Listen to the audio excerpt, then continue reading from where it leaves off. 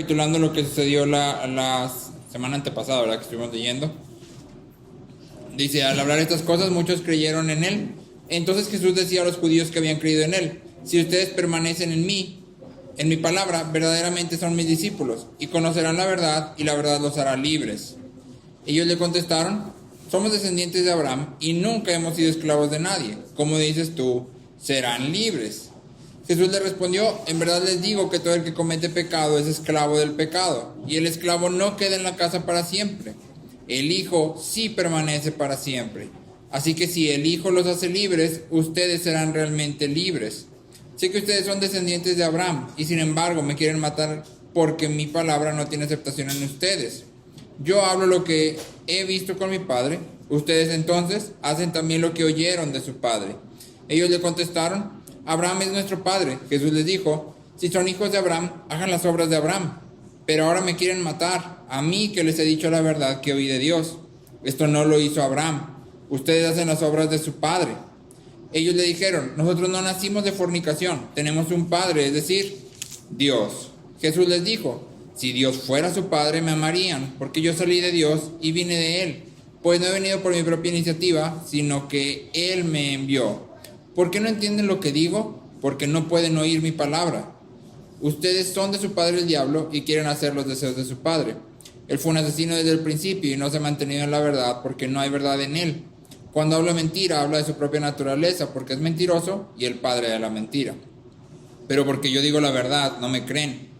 ¿Quién de ustedes me prueba que tengo pecado? Y si digo verdad, ¿por qué ustedes no me creen? El que es de Dios escucha las palabras de Dios. Por eso ustedes no escuchan, porque no son de Dios. Los judíos contestaron: ¿No decimos con razón que tú eres samaritano y que tienes un demonio? Jesús respondió: yo no tengo ningún demonio, sino que honro a mi Padre, y ustedes me deshonran a mí. Pero yo no busco mi gloria, hay uno que la busca y juzga. En verdad les digo que si alguien guarda mi palabra, no verá jamás la muerte.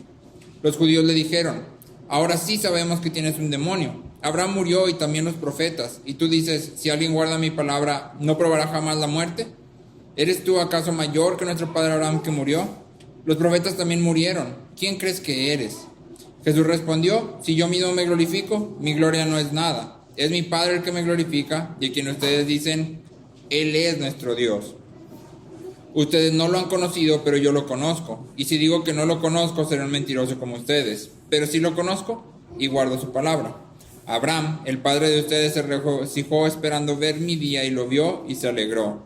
Por esto los judíos le dijeron: ¿aún no tienes 50 años y has visto a Abraham? Jesús les dijo: en verdad les digo que antes que Abraham naciera, yo soy. Entonces tomaron piedras para tirárselas, pero Jesús se ocultó y salió del templo. Muy bien.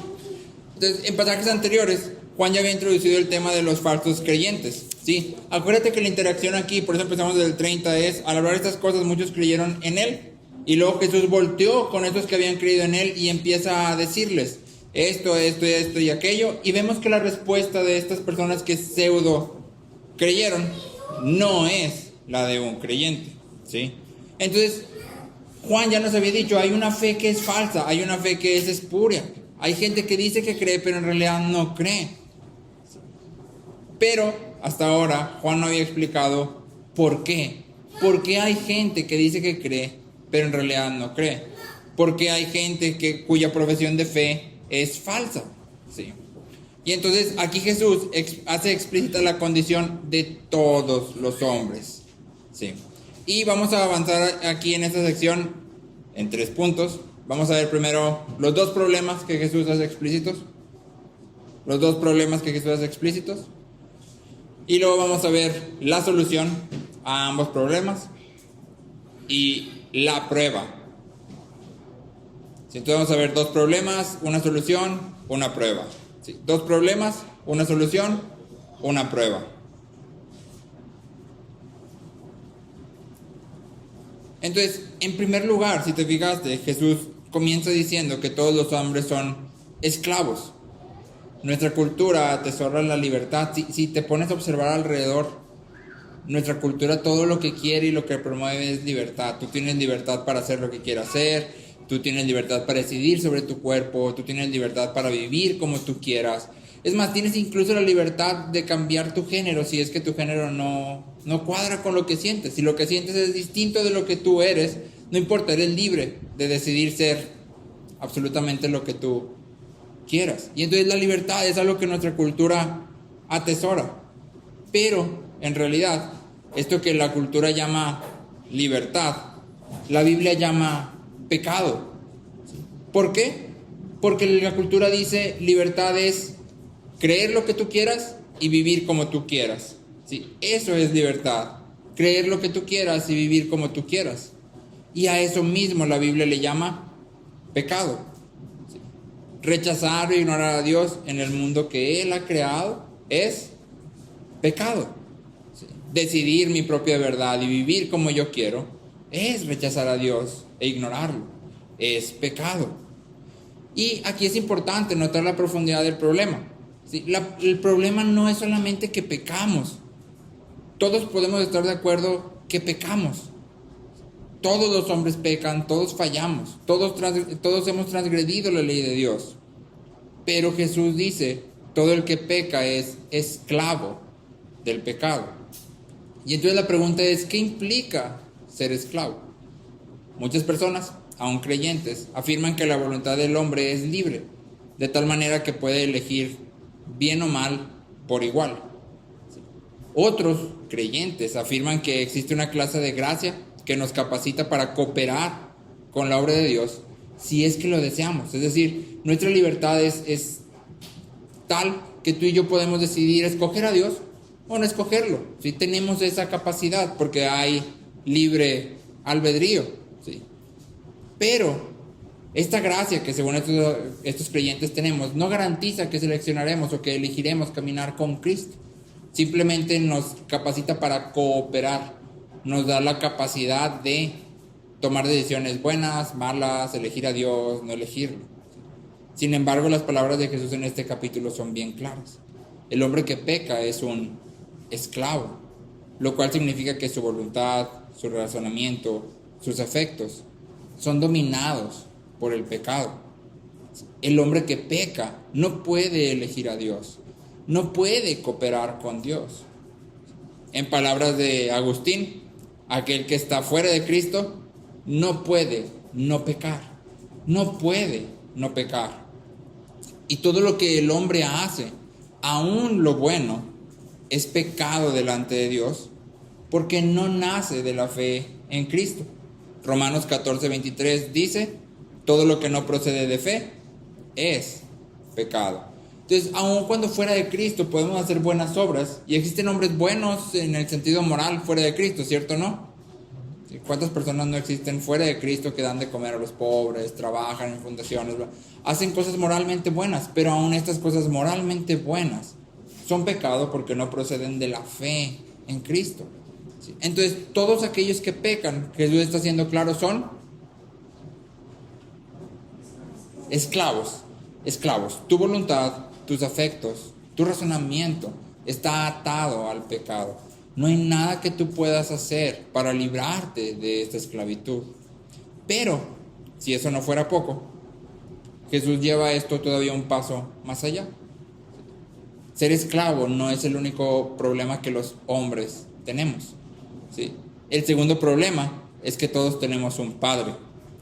Y al contrario de lo que muchos afirman, fuera de Cristo nuestro Padre no es Dios. Fuera de Cristo nuestro Padre no es Dios. Jesús afirma en el versículo 44, ustedes son de su padre el diablo y quieren hacer los deseos de su padre. Él fue un asesino desde el principio y no se ha mantenido en la verdad porque no hay verdad en él. Y si leíste el pasaje te vas a dar cuenta que las palabras que más se repiten son Padre, Hijo, Padre, Hijo, Padre, Hijo. Y la idea es que quién es nuestro Padre es determinado por la semejanza de nuestra conducta y valores. ¿Quién es nuestro Padre? Es determinado por la semejanza de nuestra conducta y valores. Estos judíos afirman una y otra vez que son hijos de Abraham. Y Jesús prueba que no son hijos al decirle, ustedes me quieren matar. Y Abraham no hizo eso. Ustedes escuchan mi palabra pero no la reciben. Y Abraham no hizo eso. Abraham vio mi día y se alegró, pero ustedes quieren matarme. Entonces, ¿se parecen estos judíos a Abraham? No. Por lo tanto, no son hijos reales de Abraham, sino que son hijos del diablo, de Satanás. Y sé que esto puede parecer así como que, pero es lo que Jesús está diciendo. ¿Sí? Aquí solo hay dos sopas: o eres hijo de Dios o eres hijo de Satanás.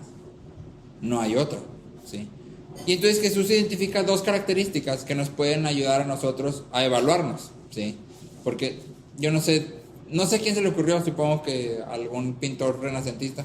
Cuando pensamos en el diablo siempre pensamos en una figura roja con cuernos y a veces pezuñas de caballo o de cabra Pero realmente, cuando pensamos en el diablo, deberíamos de pensar en aquellas características que el diablo tiene y cómo nos asemejamos o no a ellas. Y aquí Jesús pone dos. La primera es que Jesús nos dice que Satanás es un asesino. Satanás es un asesino. ¿Okay? Entonces, claro que si yo te preguntara que si has matado a algún hombre, yo espero que tu respuesta sea que no, ¿verdad? ¿Alguien aquí ha matado a alguien alguna vez? ¿No? Espero que no. Okay. Sin embargo, Juan mismo nos dice en 1 de Juan 3:15, el que aborrece a su hermano es un asesino. El que aborrece a su hermano es un asesino. Amar menos, porque eso significa aborrecer, amar menos a uno de nuestros hermanos es lo equivalente a ser homicida. Es decir, al aborrecer a nuestro hermano estamos imitando al asesino original, a Satanás. ¿Sí? Y aquí te hago énfasis, recuerda, amar no es un sentimiento, es que a él lo amo más porque tenemos más afinidad. No. Amar es una actitud. Cuando hablamos de amar, nos estamos refiriendo a la disposición de vivir para servir a otro. ¿Sí? De vivir para servir a otros. Entonces, ¿hay alguien dentro de la iglesia a quien tú no estés sirviendo? Digo, estoy dando por sentado que estás sirviendo a todos, ¿verdad? Y a lo mejor se te escapó uno. Pero si no estás sirviendo a nadie, entonces no estás amando a nadie. ¿Sí? Amar es servir. Si no sirves, no amas. ¿Hay alguien en la iglesia a quien no estés sirviendo? ¿Hay alguien a quien no estés buscando de manera activa para edificarlo? ¿Hay alguien a quien evites en lugar de tratar de profundizar la relación? Porque cae mal, porque, no manches, no, es que no. Porque al hacer eso, ¿qué estamos haciendo? Aborreciendo. Y entonces, ¿a quién nos estamos pareciendo? ¿Sí? Y bueno, a lo mejor tú vas a decir, no, yo amar a los hermanos, no, lo mío, yo a todos los amo, todos se sienten amados por mí, yo los sirvo a todos, o sea, Pero te hago otra pregunta, ¿cómo andas con tu enojo? Jesús dice en Mateo 5, 21 y 22, Mateo 5, 21 y 22, te estoy leyendo en una versión sencilla. Recuerden que hace mucho tiempo Moisés dijo, no maten, pues si alguien mata a otro, será castigado. Pero ahora yo les aseguro que cualquiera que se enoje con otro, tendrá que ir a juicio. Cualquiera que insulte a otro, será llevado a tribunales. Y el que maldiga a otro, será echado en el fuego del infierno. Enojarse, insultar y maldecir. ¿Cómo andas con eso? ¿Sí? Te enojas y te mantienes enojado. Estoy bien enojado con ese compa y no sabes, acá le traigo un coraje así. ¿Sí? O insultas. Cuando te enojas empiezas a decir cosas que luego dices, ay, no hubiera dicho eso, perdóname. Y luego sacamos, es que estaba enojado. Estar enojado no es una excusa para hacer nada. ¿Sí? ¿Has maldecido a otros? Que por maldecir me refiero, les has deseado mal. ¿Sí? El deseo de lastimar a otro en palabra o acción constituye asesinato, según el estándar de Dios. Y entonces aquí ya tienes dos preguntas que sirven para evaluarte. ¿Sí? ¿Estoy amando a todos mis hermanos por igual? Uno. Y dos, ¿me enojo, insulto o maldigo a otros? Porque estas dos cosas son una imitación del asesino original, es decir, de Satanás.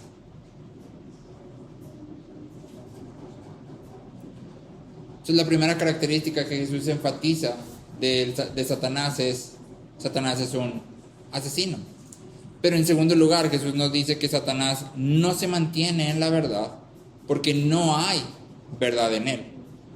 Cuando Satanás habla mentira, dice Jesús, Satanás habla de su propia naturaleza, es lo que fluye de él. Y la pregunta es directa, ¿qué fluye de ti? A veces somos bien, quién sabe cómo. Decimos mentiras así absurdas, mentiras que no tenemos ninguna necesidad de decir, mentiras que simplemente son por vernos bien, por quedar bien, porque no se den cuenta que no sé, porque no vayan a pensar que no he leído eso, o que no le sea eso, o que no soy suficientemente cristiano, suficientemente listo, suficientemente... Y mentimos en cosas, la verdad, bastante... ¿qué diré? Bobas. Sí, innecesario. Desde, oye, ¿has leído el libro de...? Sí, ya lo leí. ¿Tú conoces al autor? Sí, amigos. No, ¿qué necesidad? Sí, hasta cosas tan... ¿Hiciste lo que te pedí? Sí, ya lo hice. Y apenas vas, corres y lo haces. Sí. Pero el punto es, ¿qué sale? ¿Qué fluye de ti? Sí. Desde el clásico, diles que no estoy, que antes usaba mucho en el teléfono cuando había teléfono de casa, contestaba así, oye, ¿está tu mamá? Y tu mamá. Sí. Dice mi mamá que, sí, y tu mamá está diciendo una mentira, pues ahí está, te está diciendo. Y es una mentira que tú dirías, una mentira, pues chiquita, sí, pero es una mentira. Sí, hasta cuestiones más grandes, como no pagar nuestras deudas, como no declarar nuestros impuestos si tenemos empresas, como comprar facturas, como no cumplir con nuestro horario de trabajo trabajando, también es una mentira. Es decir, si a mí me están llamando para trabajar de tal hora a tal hora, y en ese tiempo yo me voy y me encierro al baño 30 minutos, o me hago pato 40, y luego voy y cobro mis 8 horas, ¿estoy o no estoy mintiendo? Sí, estoy cobrando algo que no trabajé. Sí. Entonces tú y yo tenemos que examinarnos en qué fluye de nosotros. ¿Estamos mintiendo o no? Pero esta parte de que no hay verdad en Satanás también tiene una segunda pregunta un poco más abstracta. Y la pregunta es, ¿nos mantenemos en la verdad? ¿Nos mantenemos en la verdad? Es decir, ¿aceptamos la verdad que Dios ha pronunciado? Y creo que este pasaje presenta la pregunta así tajante. Si Dios dice que fuera de Cristo eres hijo de Satanás, ¿cuál es tu respuesta? ¿Soy hijo de Satanás fuera de Cristo? O, ay, es que soy muy feo, yo creo que todos somos hijos de nuestro Padre Dios. Si Dios ha dicho, esta es la verdad, esa es la verdad. Si Él es el creador de todas las cosas y por lo tanto Él es el único que puede interpretar correctamente la realidad. Entonces tú y yo debemos de preguntarnos, ¿vivimos en línea con la verdad que Dios ha dejado en su palabra?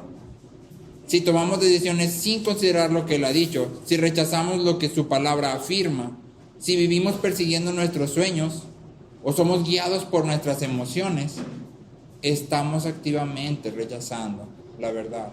Si vivo para perseguir mis sueños, mis deseos, mis proyectos, si soy controlado por mis emociones, estoy activamente rechazando la verdad. Ahora Jesús deja claro que estos son los problemas de todos los hombres. Número 1, eres un esclavo.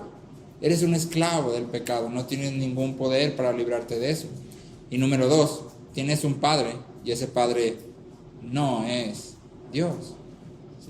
Y yo digo, pues, ¿para qué quieres más, no? Con esos dos problemas tienes suficiente.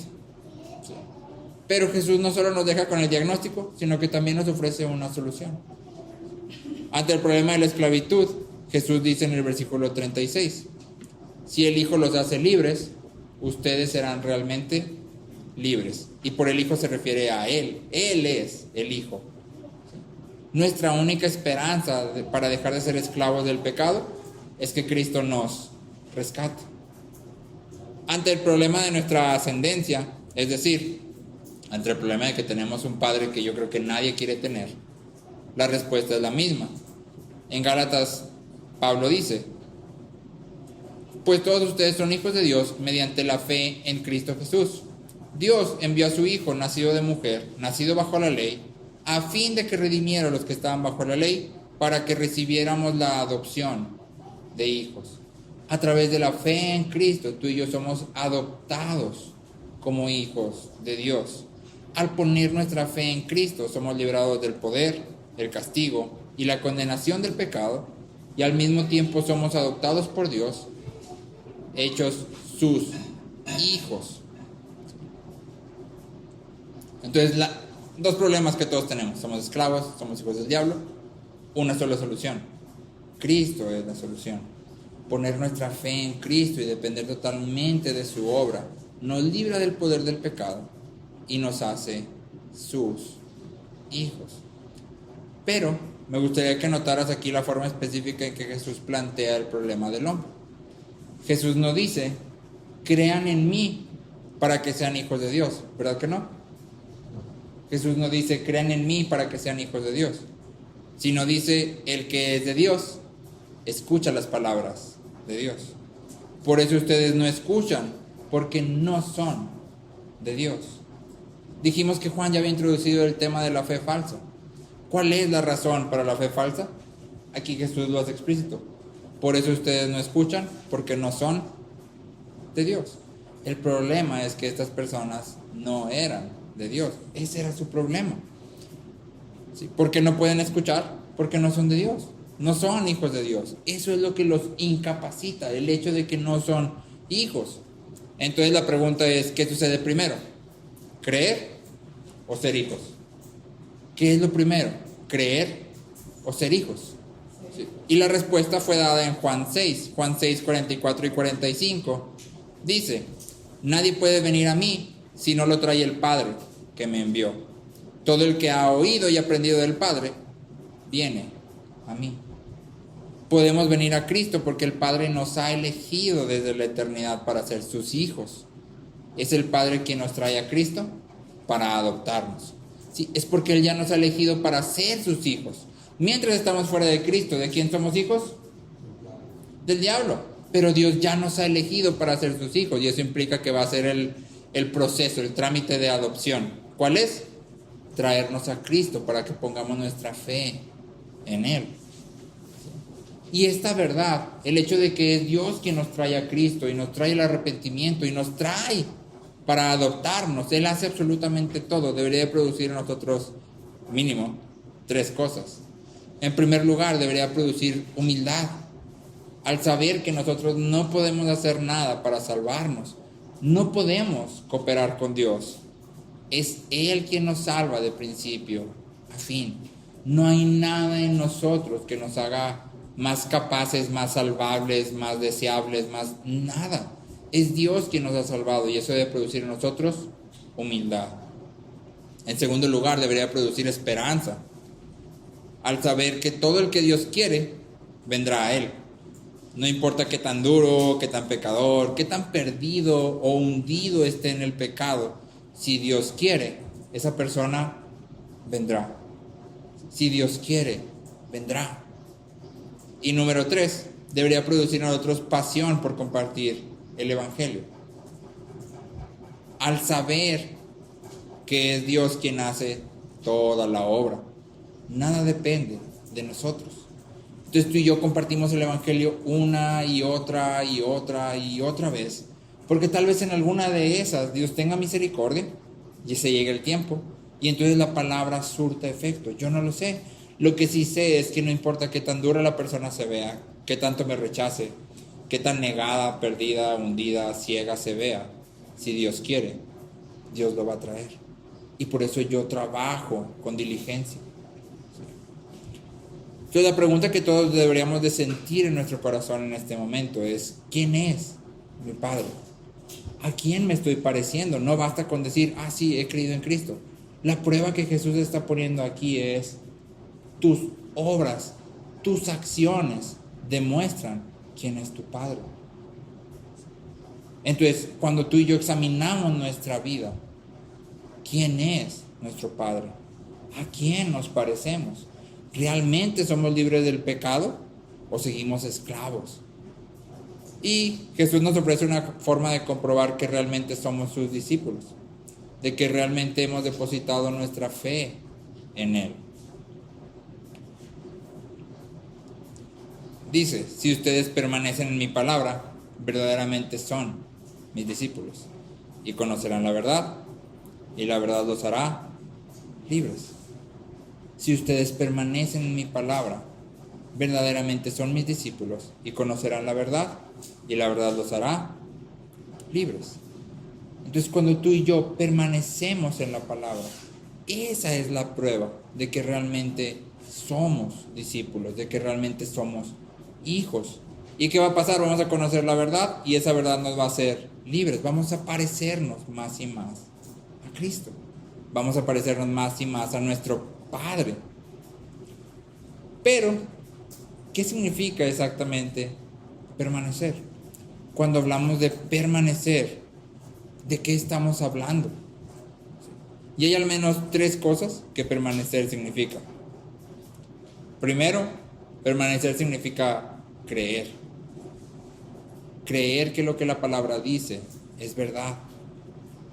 Y es la verdad, no solo es verdad, sino es la verdad. Todo lo que Dios ha establecido en su palabra es la verdad. Que todas las promesas de Dios son verdaderas y podemos descansar en ellas. Entonces, primero, permanecer significa creer. En segundo lugar, permanecer significa obedecer. Permanecer significa obedecer lo que la palabra dice. Juan ha dicho una y otra vez que creer es lo mismo que obedecer. Permanecer es obedecer. ¿Sí? Permanecer significa ser guiados por la palabra y someternos a ella. El versículo que leyó el pastor Marcos ahorita me gusta mucho, pero creo que es algo difícil.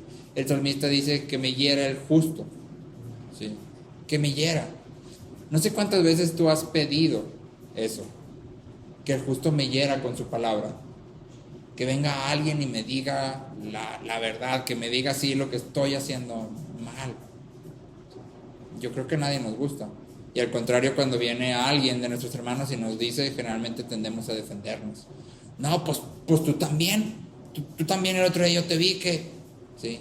O simplemente nos enojamos. A lo mejor es del modo serio, ¿no? Es que te vi el otro día que hiciste esto y esto. Ok, gracias.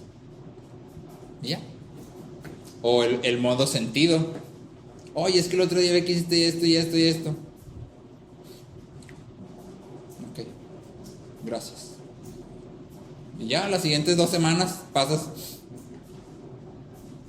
Mejor no hablas para no regarle, mejor. No estás realmente diciendo que me hiera. Y voy a, como decía el pastor Marcos, aprovechar la reprensión. Voy a aprovecharla, realmente voy a actuar en ella. ¿Sí? Entonces, cuando hablamos de obedecer, no simplemente la Biblia dice, vas a dar de tus bienes y yo de mis bienes. No, hablamos también de que la palabra nos guía. ¿Sí? Y si la palabra me dice, ¿sabes qué? La iglesia es un medio de gracia. Yo voy a venir a la iglesia, ¿y cómo lo voy a considerar? Como un medio de gracia. ¿Y qué voy a pedir de la iglesia? Aunque se escuche extraño, voy a pedir que me hiera el justo con sus palabras. Que me hiera. No porque sea masoquista, sino porque quiero crecer. Quiero ser santificado. ¿Sí? Y entonces voy a abrir mi vida a los que están a mi alrededor. Y voy a dejar que me conozcan y que realmente me vean, para que puedan realmente llamarme y amonestarme. Si no estoy haciendo estas cosas que la Biblia me llama a hacer, entonces no estoy siendo realmente guiado por la palabra. ¿Sí? No estoy realmente permaneciendo en ella. Y en tercer lugar, permanecer significa vivir por la palabra. Vivir por la palabra.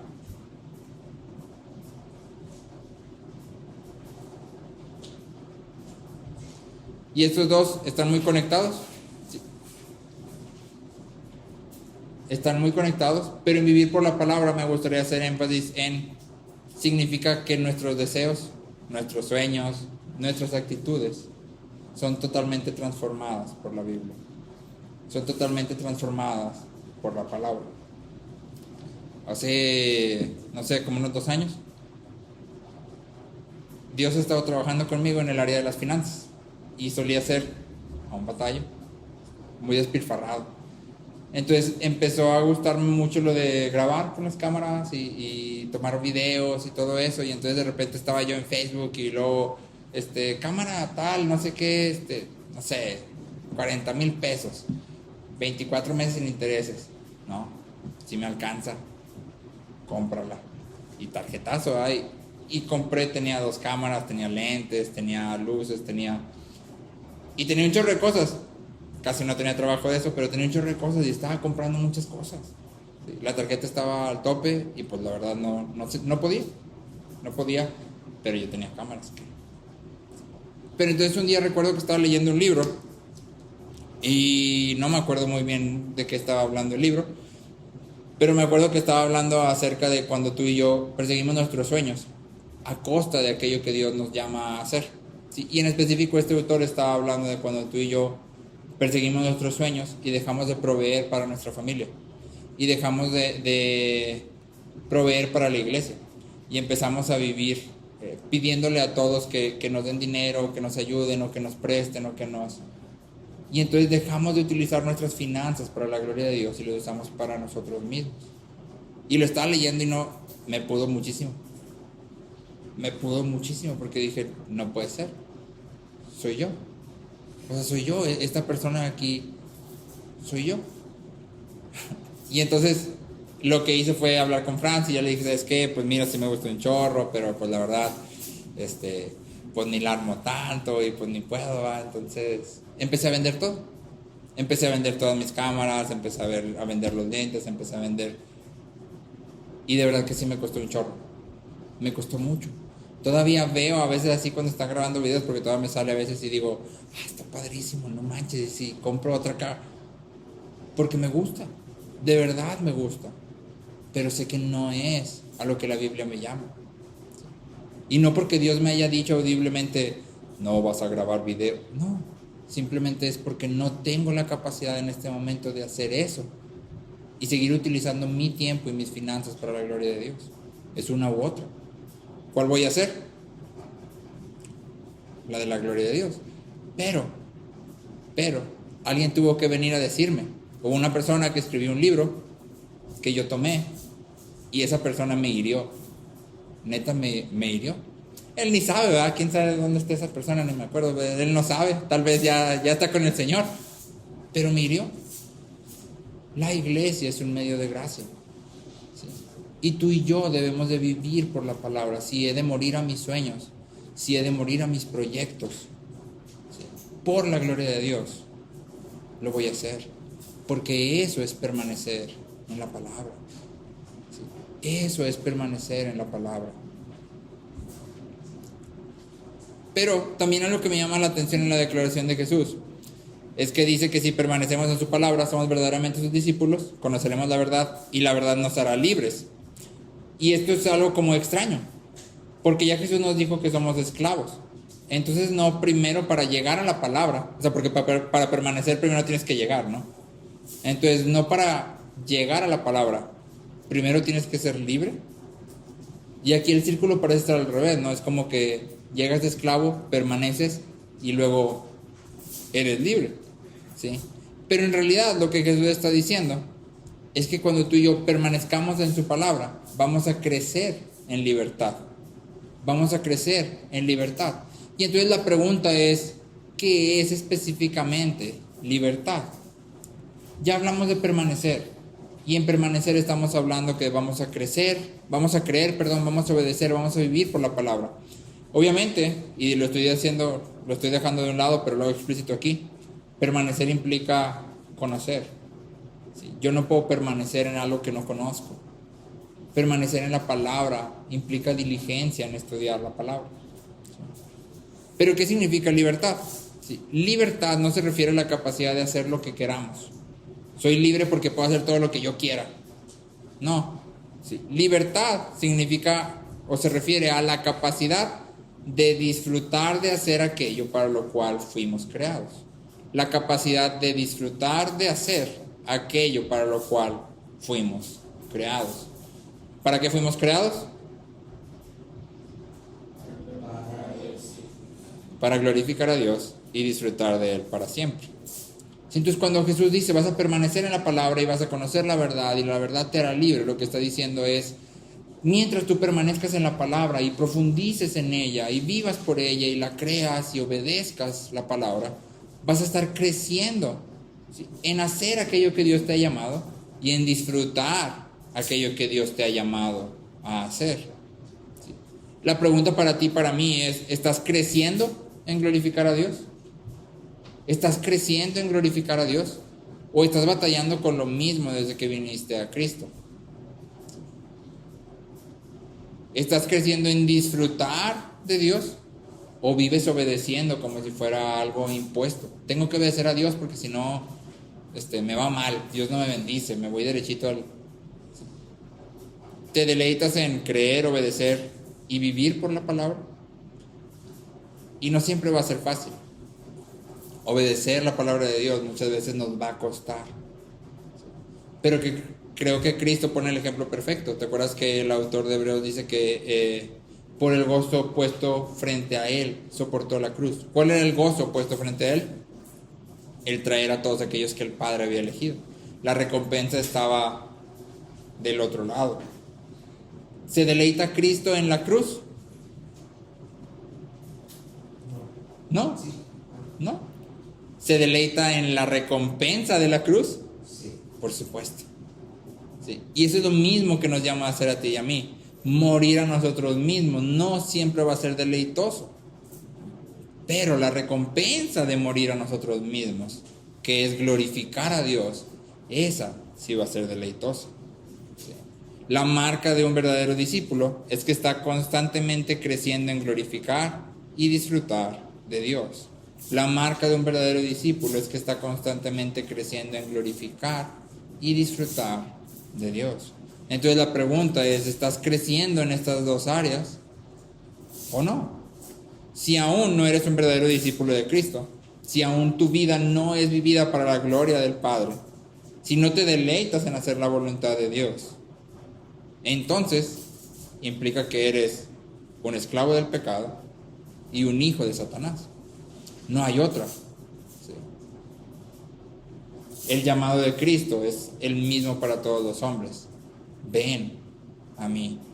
Ven a Cristo. Cree en Él. Deposita tu fe en Él.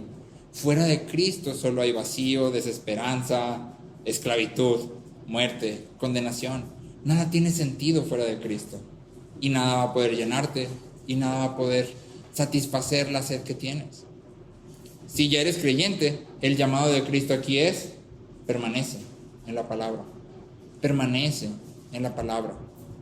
Profundiza en tu conocimiento de la palabra.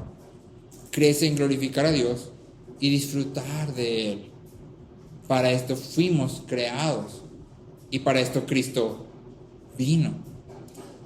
La sección abre, y eso me pareció de Juan así como, te la bañaste, Juan. Porque el versículo 30 dice, al hablar estas cosas, muchos creyeron en Él. Y luego, entonces Jesús decía a los judíos que habían creído en Él. Entonces estaba ahí, imagínate, toda la gente estaba ahí, que habían dicho creer en Cristo.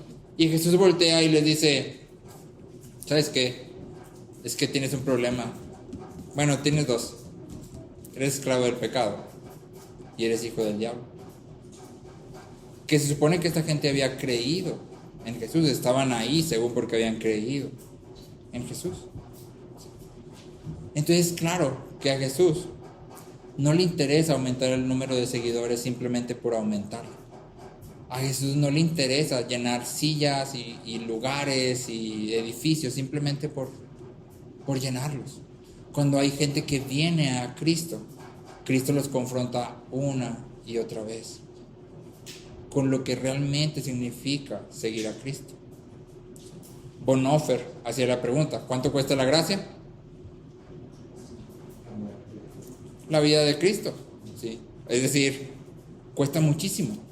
¿Cuánto le cuesta al hombre la gracia? Todo. La gracia al hombre le cuesta todo. Porque Cristo dice, si alguno quiere venir en pos de mí, cargue su cruz muera Él mismo. ¿Cuánto te cuesta a ti la gracia? Todo. Todo. Si vamos a ir en pos de Cristo. Cristo deja claro desde el principio que el ir en pos de Él cuesta todo.